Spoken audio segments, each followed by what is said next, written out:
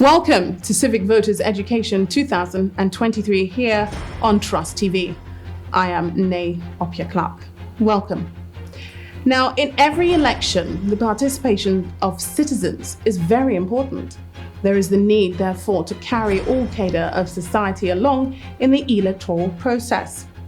Voter and civic education are necessary to ensure that all constituents, men and women alike, understand their rights, the political system, the context that they're being asked to decide upon, how and where to vote. Sit tight as we look at the impact of hate speech and fake news in our elections.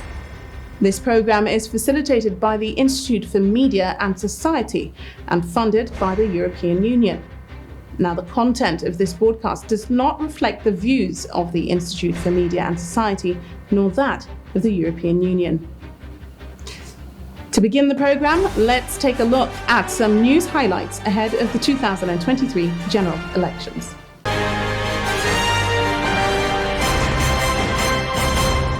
The Institute for Media and Society has urged the media to improve its focus on the reportage of inclusiveness in the forthcoming general elections.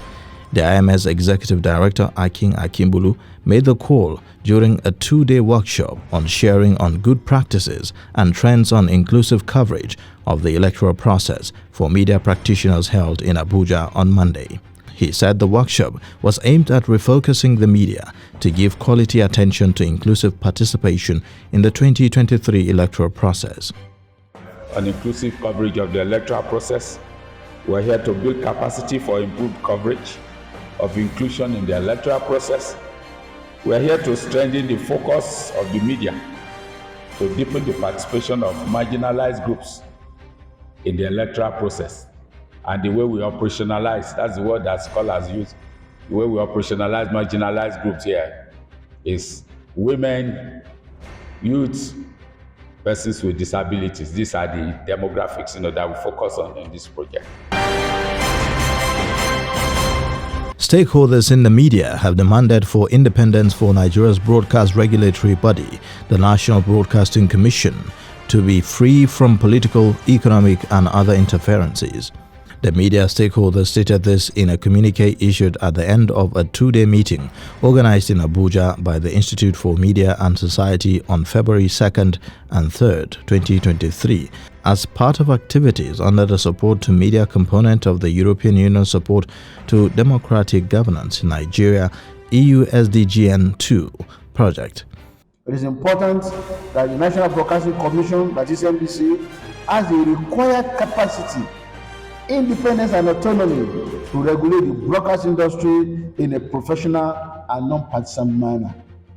And from what I've read so far, our organization, we have conducted a series of activities that touches on misinformation, hate speech, training all over the country. And just last week, in fact, we glide from an activity to this place in Abuja here, where key stakeholders were engaged on legislative reform, with reference to regulatory authority.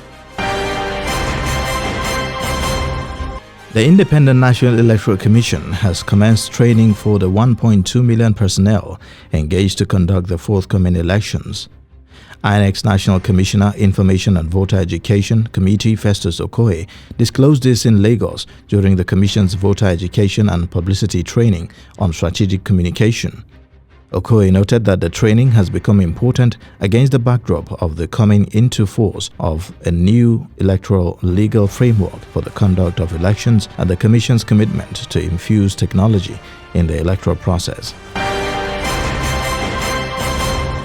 Some stakeholders in the media industry have advised journalists planning to cover the forthcoming general elections to prioritize their safety. The stakeholders who spoke separately during a training for journalists on peaceful and non-violent elections organized by the Corporate Accountability and Public Participation Africa in Ibadan, Oyo State, insisted that no news report is worth a human life. Resource persons at the training advised journalists to be mindful of their safety and security before, during and after the 2023 general elections. Executive Director of CAPA, Akimbode Oluwafemi, in his address, thanked the European Union delegation under the EU Support for Democratic Governance in Nigeria, Phase 2, for supporting the training. A civil society organization, Yaga Africa, has advocated for affirmative action to be included to free Nigerian youths from financial burden of the highly monetized electoral process. The call was made in a research report on youth political participation in Lagos launched by Yaga Africa. A professor of political science, Lagos State University, Professor Sylvester Akane, in his presentation of research findings on the level of youth participation in political affairs in Lagos State, said that godfatherism, adultism, lack of proper information, among others, discouraged the youth from participating. Akane called on all stakeholders to free the youth from the shackles of political slavery through policy advocacy, planning, and sound decision-making. A non-governmental organization, Electa, has expressed worry over politically motivated killing of women active in politics ahead of the 2023 general elections. Chief Executive Officer CEO Electa, Ibijoke Faborode, who raised the concern while presenting a new report titled Election Security Assessment, a gender perspective, pointed out that the bane of the Nigerian political space has been low representation of women and when compared to other countries. The report pointed out that the perpetrators of violence against women politicians have been able to carry out their dastardly acts with impunity and none brought to book, as it gave examples of the women leaders who were killed in Kogi and Kaduna State, where the violence is physical, psychological, and emotional.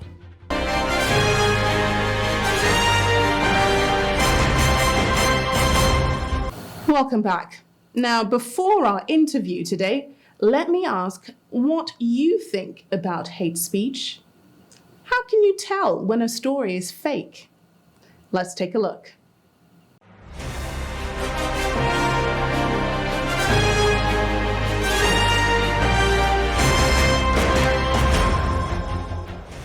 One's character assassination, attacking one's personality without evidence, without proving the competent cause.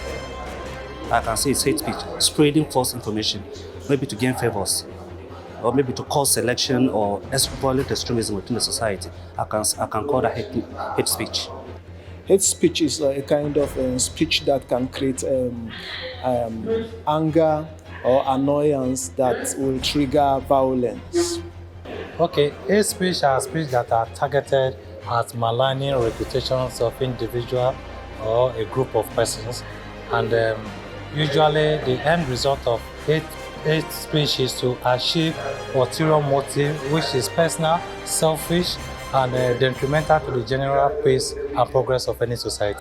Hate speech, let's say when there are abusive words being exchanged between people and talking about a particular, let's say a particular political party, talking bad about them to their members or something. I can call that it. Hate speech is when somebody is passing a very raw language on one's, be it ethnic or religious or as a bodied language, which is not good to or sentiment which is not good to one's body and may cause a negative effect on one's life. That's what I'm saying. It's actually hard knowing the fake one and the true one till there's something exposing it in front or something like that. There's this saying there's always an atom of truth in every rumor, but at the same time we need to tread with caution. There are many fake news going around and it's always hard to know. Verifying the source. Though there are media houses that are also spreading fake news, but maybe because of the interest they have, but there are still authentic sources you can get it from the National Rotation Agency and other platforms. You can see good source form of news. Without, maybe you can verify which one is fake. I'll get to know if a story is fake, maybe probably by getting to find more about the story. And then maybe I'll get to find out if it's actually a rumor. Though sometimes rumor can be true, the rumors can be fake, but I'll get to find out more about and then get to the root cause of the story. After finding out that the story is legit, and then I will get to hold it as a real story that will have good impact. But first of all, I'll get to know, listening to the story, I will know if it has hate speech, if it's impactful negatively or positively. If it's positively, then it will be a good story to hold on. From the context, when you read and you see that this news seems very biased, you now go to check the source.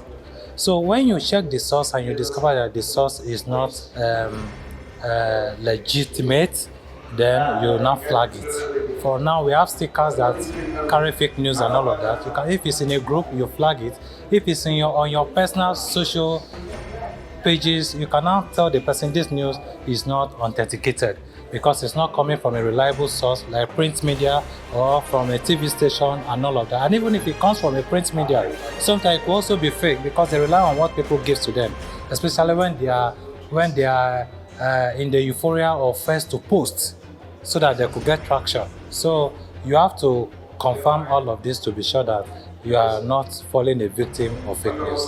To know how I normally know fake news is because sometimes when you realize that it's not true, and when you know the real fact of it, the end source of where the news is coming from, you know that the news is not true.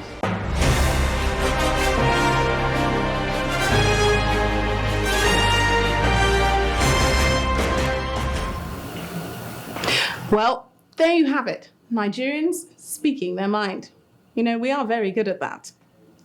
Now, to better understand the impact of hate speech and fake news in our electoral process as well as the elections, let's take a look at this interview.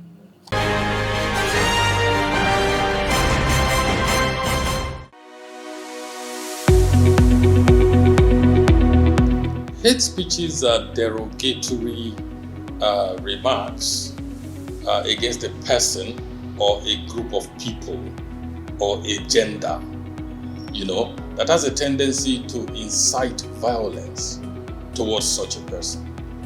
So such is considered to be hate speech. It manifests in stigmatization sometimes, and some other times it also shows up in nicknames, and in some widely held beliefs about a set of people. So when this becomes pervasive and they begin to influence how people think about a certain group of people, and this can lead to violence and loss of life, such is considered to be hate speech.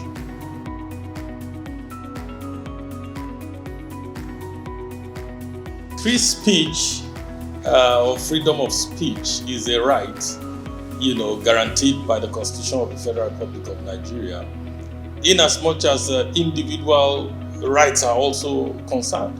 In other words, the exercise of one person's right, and the Constitution provides this mitigation, should not infringe on another person's right. So if your right of free speech becomes a threat to my life, then my right to life is also infringed. And ordinarily, you should be weary of that. So in exercising free speech, we must also show responsibility. And we must also consider the consequences of the things that we say on other people around us.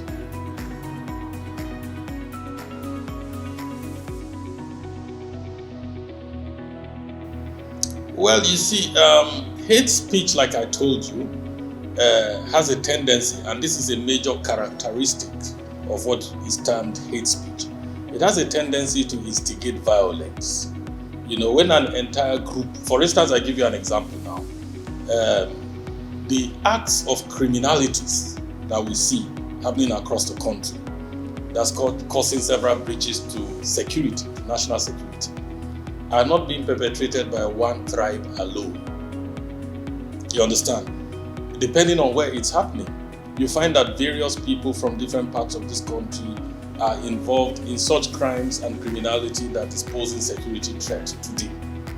But when we now isolate one tribe and ascribe to them responsibility for the entire security challenge we are facing in this country, and then we begin to stigmatize and stereotype an entire tribe as though there are no good people from that tribe, then we're embarking on hate speech that can instigate people to violence, even towards members of that tribe who are innocent, who also are condemning such acts of criminality.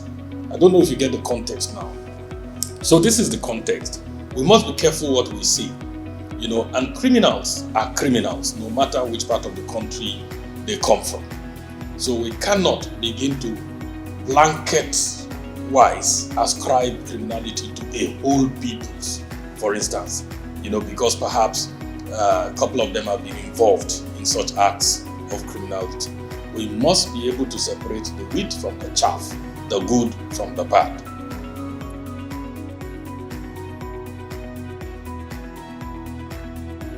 Well, what you have said is not entirely out of place. At the National Orientation Agency, we have been concerned about the use of intemperate language by politicians. And we have seen several instances where politicians abandon the issues and begin to insult and disparage each other. This is not healthy for our politics. In terms of what sort of penalties can be carried out against these ones, you see, somebody needs to complain. Somebody needs to file a case. Somebody needs to take it up and pursue with proof, in order to be able to get the law to act on such. Our role in the National Orientation Agency is to advocate temperate language, in the pursuit of peace in whatever endeavor that Nigerians are embarking on. And we have been doing this. We've been engaging with politicians. We held a summit here for leaders of political parties, at which we stressed the need for politicians to use very temperate and responsible language in their process of campaigning across the country. And we discussed with them the implications of using such intemperate and in some cases what you would want to term as hate speech, and the kind of influence that this can have on followers, and if care is not taken, such speeches can drive followers to violence. We have seen this happen.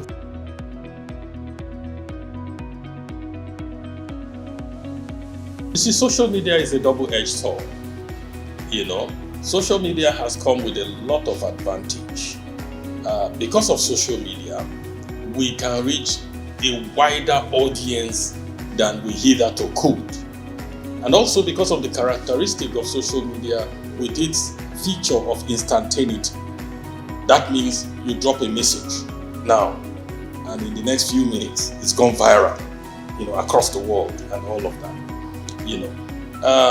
The challenge of disinformation and misinformation has become a theme of global concern. We saw the role that disinformation and misinformation played, even in the health sector during the COVID-19 pandemic. How many people were driven to disbelieve that COVID even existed at all, in spite of all the evidence that stared us in the face to the effect that COVID was real. Now, politicians are setting up all sorts of, cyber rooms, and they are manufacturing all sorts of stories. They have people doing researches for them. They have people engaging even in deep fakes, what's called deep fake videos, simulating incidents that never happened and making them look as though, they happened. And we see them attacking each other, telling all sorts of disinformation about one another, malinformation to malign each other's, character. And we see how this is inciting their followers against each other. If you measure the quality of language that is being used in the social media space, on Twitter, on Facebook, WhatsApp and all of that, and I have been monitoring some of those, you will find that there's a big problem. People who support various candidates insulting each other, putting out videos that a lot of which are not true, using pictures and video and visuals from incidents that happened in various other parts of the world, not Nigeria, and then putting them in context to look like, okay, this is happening here, and thereby inciting people against each other. At the National Orientation Agency, our approach towards solving this challenge has been to organize a national fact-checking course. We believe that if people have the capacity to use web-based tools to fact-check videos, texts, and pictures so as to know exactly the origin and the original context in which those videos and pictures were used, that it will also inform how they respond to some of these things that these politicians are putting out. So far, we have conducted 8 and graduated 8 sets in the National Fact-Checking course. The ultimate objective, as outlined in our 5-year strategic plan at the National Orientation Agency, is to capacitate with fact-checking skills 37,000 Nigerians across this country, at least 1,000 in each state. The purpose of that is to ensure that in every state you go to, if not every local government, you will find at least someone who knows how to use these tools that are already available, on the web, in the digital space, to cross-check pictures, to cross-check videos, and to cross-check text and contextualize them properly so as to know exactly where they originate from. And then advise people not to be misled.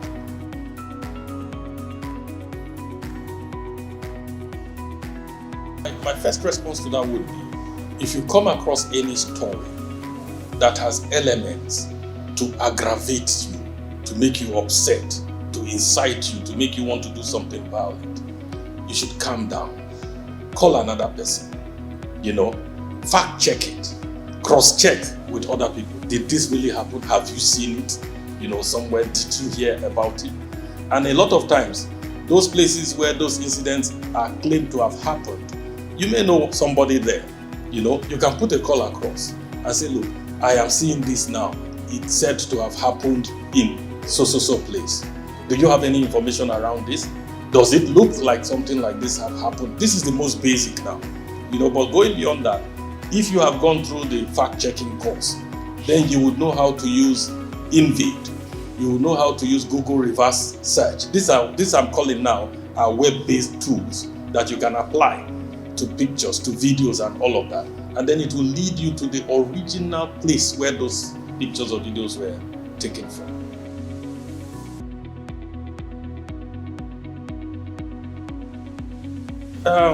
If you have been listening to the conversations in the build-up of stakeholders conversation in the build-up to the elections, which is happening in a few weeks' time, you will find that everyone is concerned because of the prevalence of the use of disinformation, especially, and hate speech in some instances also.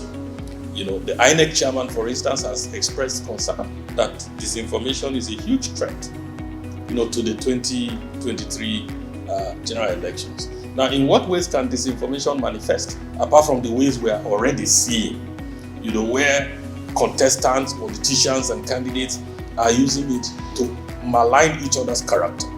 The other way that disinformation can impact negatively on the forthcoming elections, which gives us concern, is, for instance, people can come out and begin to report results that are not from INEC, such that when the true results now come out, people are confused, and it creates atmosphere for violence, for people to begin to attack each other based on wrong information that they have received. This is post-election now. Now, in the build-up to election, the disinformation can go out there, putting all sorts of negative, that one candidate is being shortchanged against another and all of that, and it creates distrust in the system. This can also lead to violence. And we're seeing various elements, of that playing out as we go on. So we urge people to fact-check whatever information that has come before them. They should check other sources of information and see whether the same information is on those other platforms, information platforms. They should also make calls and interrogate this information before you begin to act on it.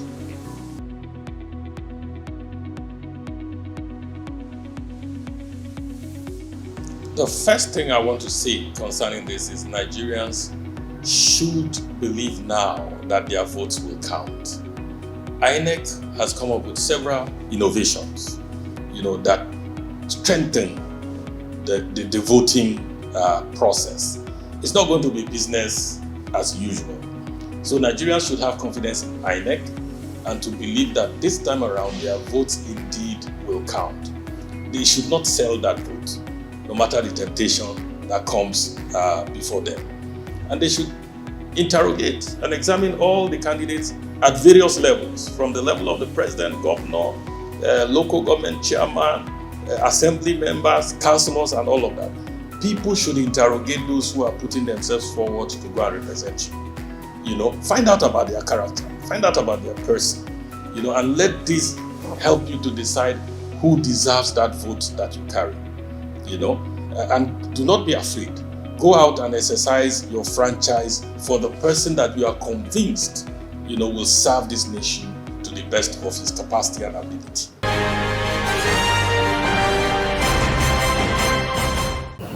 Thank you for staying with us. However, we've come to the end of this program. Thank you for being a part of this episode.